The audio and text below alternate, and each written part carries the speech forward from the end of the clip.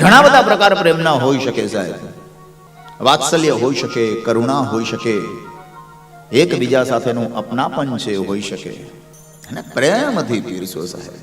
ભગવાન શ્રી કૃષ્ણએ જ્યારે ગોપીઓના ઘરની અંદર જવાનું બંધ કર્યું ને, ત્યારે એ ગોપીઓ ભગવાન શ્રી કૃષ્ણને પ્રેમથી બોલાવતી. રામાયણ આપણને જીવતા શીખાડે બાપુ, અને ભાગવત છે આપણને મરતા શીખાડે, જીવનને સાચી દિશા તરફ લઈ જવા માટે સાહેબ. શ્રીમદ ભાગવતની કથા છે. 3 અધિકારી વક્તા બતાવ્યા, 3 અધિકારી શ્રોતા બતાવ્યા. એમાં ઉત્તમ અધિકારી વક્તા તરીકે શુકદેવજી મહારાજ છે. કાકા શુકદેવજી મહારાજ એટલે ફકીરીનું જીવન સાહેબ.